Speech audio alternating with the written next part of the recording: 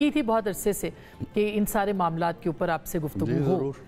तो सर पहले तो ये बताइएगा कि अब मियाँ साहब जो हैं उन्होंने एक और सफ़र शुरू किया है 10 साल के वक्फे के बाद अपनी पार्टी के दोबारा सदर हुए हैं। कहा यह जा रहा है कि ये वज़ीर आज़म पे अदम एतमाद है और मुतहर्रिक करेंगे वो अपनी जमात को। क्या वही सफ़र होगा उनका जो पहले था? बहुत शुक्रिया आसमा। मेरा ख्याल नहीं है कि कोई अदम एतमाद की बात है, और मैं तो कमोबेश 20, 25, 30 साल से ये बातें सुनता रहता हूँ कि जी कोई चपकलश है, कोई शीन है, कोई मीम है, कोई नून है। कुछ नहीं है। आप भी जानती हैं बहुत अच्छे तरीके से कि उनके दरमियान इस तरह की कोई चपकलश सिरे से नहीं है। ये फ़ैसला कि शाहबाज साहब इंतखाबात के बाद वज़ीर आज़म बनेंगे खालिस्तन मियाँ साहब का फ़ैसला है। इसमें कोई जबर नहीं है, इसमें किसी और का दबाव नहीं है, किसी और का कोई किरदार नहीं है। शाहबाज साहब आप जानती हैं कि जो काम उनके ज़िम्मे लगता है वो फिर उस पर जुट जाते हैं, और फिर जो मौजूदा मसाइल हैं, जिस तरह भंवर में कश्ती हमारी मईशत की ख़ास तौर पे पड़ी हुई है, वो दिन रात एक काम में लगे हुए हैं। और वो मुसलसल ख़ुद मियाँ साहब से कहते रहते थे कि अब आप कम अज़ कम पार्टी के जो सियासी मामलात हैं वो संभाल लें। सीनियर लीडरशिप भी ये मियाँ साहब से कह रही थी। तो अदम एतमाद की बात नहीं है। शाहबाज साहब ने बड़े अच्छे तरीके से पार्टी को चलाया। जब मियाँ साहब बाहर थे उसको मुत्तहिद रखा, उसके इजलास बुलाते रहे, पार्टी टिकट तकसीम करने में बड़ा रोल था, ग्रास रूट लेवल पे जाते रहे, जलसों में जाते रहे। तो इसलिए पार्टी की हद तक उन्होंने पार्टी को यकजान रखने में बड़ा अहम रोल अदा किया है। ये जो सब बना है अब नया, इसमें एक तो ये है कि ये भी मसरूफ़ हो गए, मरियम चीफ ऑर्गेनाइज़र थी वो भी मसरूफ़ हो गए। तो हम सब ने ये चाहा, सीनियर लीडरशिप ने चाहा, शाहबाज साहब ने चाहा कि मियाँ साहब ये किरदार संभाल लें, पार्टी को मुनज़्ज़म करें, ग्रास रूट लेवल पे लोगों से मिलें, अपनी पार्टी लीडरशिप से मिलें, आगे बल्दियाती इंतखाबात आने वाले हैं उनकी मनसूबाबंदी करें। तो इसमें खालिसतन पार्टी का अपना मफाद देखा गया है, अपनी तंजीम देखी गई है, अपने सियासी ऑब्जेक्टिव्स देखे गए। तो क्या किसी लम्हे किसी मरहले पे ये भी हो सकता है कि शहबाज साहब ने जैसे अपनी सदारत उनके सपोर्ट की है, वो वजारत उज़्मा भी उनके सपोर्ट कर दें, ये भी मुमकिन हो सकता है? नहीं, मेरा ख्याल नहीं है। ऐसा नहीं है अगले 5 बरस में। ऐसा शाहबाज साहब पार्टी में भी कोई डिस्कशन नहीं, पार्टी में ये सवाल कभी ज़ेरे बहस नहीं आया। शाहबाज साहब अपने तौर पे माशाल्लाह तगोदौ कर रहे हैं, बड़ी हिम्मत से काम ले रहे हैं, और उन पे किसी को कोई शिकायत नहीं है। पार्टी पूरी तरह मुतमईन है, और हम देख रहे हैं कि मामलात अल्लाह के फजल से अब बेहतरी की तरफ जा रहे हैं, उनकी एफर्ट्स हैं। अच्छा, अब थोड़ा सा बहुत लंबी कहानी है, क्योंकि आप वाहिद शख्सियत हैं जो पाकिस्तान के 2 आर्मी चीफ्स की उस्ताद हैं, एक मौजूदा एक साबका, और पता नहीं और कितने लोगों के उस्ताद हैं वो मैं नहीं जानती।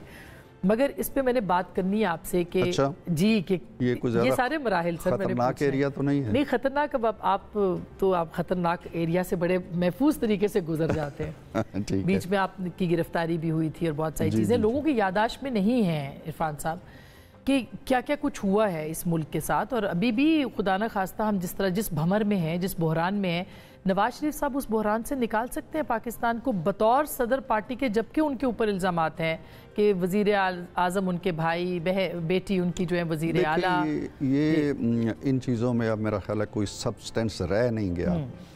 हम खित्ते में भी देखते हैं, दुनिया में भी देखते हैं, ये जो वरासत की सियासत जिसको कहते हैं, ये अब कोई इशू नहीं है इस ज़माने में, और ना ही अब पाकिस्तान के अंदर इसको डिस्कस किया जा रहा है। रहा ये मामला कि क्या मियाँ साहब इसमें कोई ज़्यादा पॉजिटिव या मुस्बत रोल प्ले कर सकेंगे? मियाँ साहब यकीनन कर सकते हैं, क्योंकि हम देखते हैं कि मोहतरमा बेनज़ीर भुट्टो शहीद के बाद इस वक्त जो एक कोना मश्क या सबसे ज़्यादा तजर्बा रखने वाला, सियासी बसीरत रखने वाला, तदब्बुर रखने वाला एक सीरियस सियासतदान, संजीदा सियासतदान मौजूद है, तो वो मियाँ साहब हैं।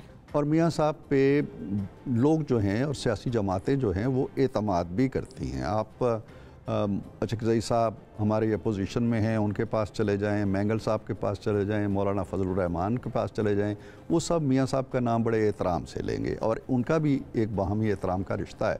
तो he can play a very positive constructive role, जो कि इंशाल्लाह अभी हमारी मीटिंग्स होनी हैं पार्टी की, और उनकी जो सियासी रोल है उसका तयन होना है। तो मेरा ख्याल ये है कि मियाँ साहब का एक एक्टिव रोल पे आ जाना कौम के लिए बड़ी मुस्बत। लेकिन बहुत सारे लोग कह रहे हैं कि जैसे आरिफ अलवी साहब कहते हैं कि प्रेशर कुकर है पाकिस्तान के अंदर जो कि भर रहा है और किसी वक्त भी फट सकता है।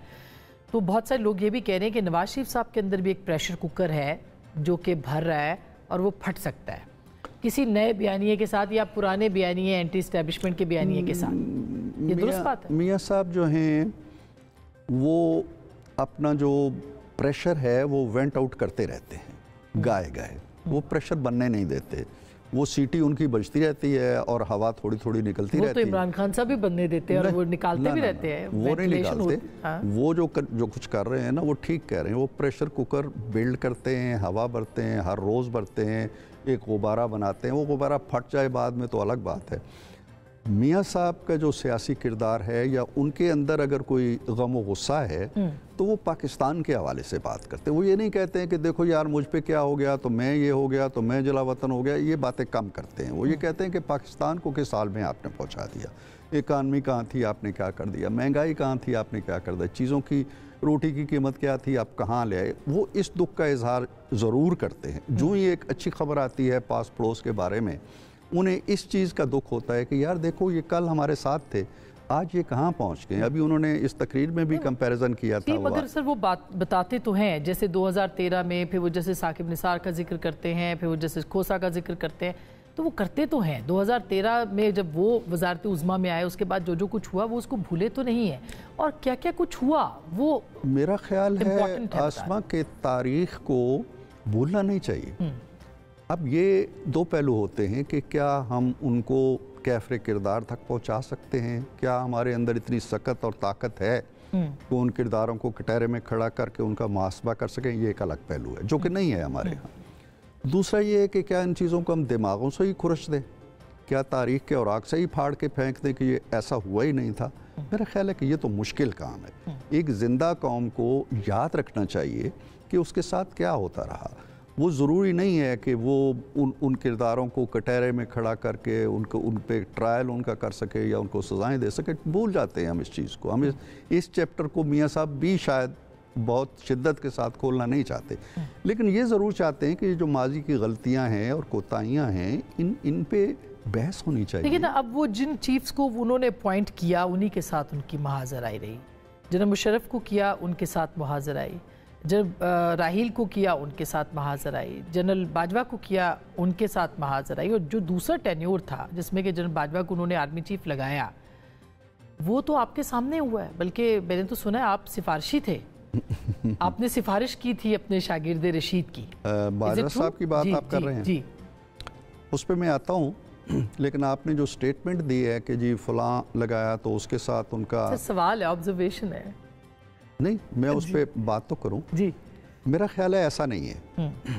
आप राहील शरीफ साहब का आपने तज़किरा किया, मुशर्रफ साहब का आपने तज़किरा किया, बाजवा साहब का आपने तज़किरा किया, इनमें से किसी के साथ मियाँ साहब की महाजाराई नहीं हुई। महाजाराई का आगाज़ अगर हुआ है तो वो दूसरी तरफ से हुआ। मियाँ साहब तो पसपा हो जाते थे, थोड़ा सा गम गुस्सा करते थे, साथियों के साथ बैठते थे कि यार ये क्या है, मैं वज़ीर आज़म हूँ या क्या हूँ, या मैं ये नौकरी नहीं कर सकता, कैथारसिस करके फिर जब दोस्त कहते थे, साथी कहते थे, एडवाइज़र कहते थे या किचन कैबिनेट कहती थी तो वो रास्ता दे देते थे। मैं बेशुमार मौके पे देखा।